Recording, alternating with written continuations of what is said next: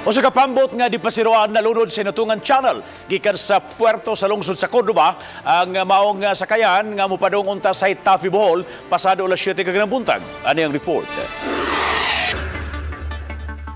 Luwas ang kapin 60 ka mga pasahero nga sakay sa motor bangka nga Mimi 5 human makasugat og aberya sa lawod. Migikan ang sakayan sa patalan sa Cordova alas 7 pasado kaganinang buntag apan giingong nakasugat kini og problema human mabuslot.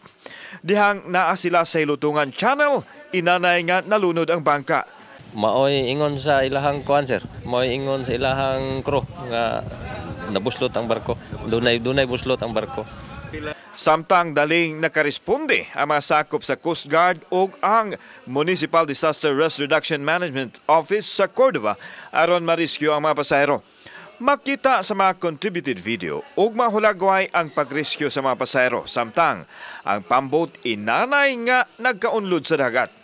Kapin sa 40 ang gisakay sa barko sa Coast Guard padong sa Pier 1 samtang 25 usab ang gidala sa Cordova.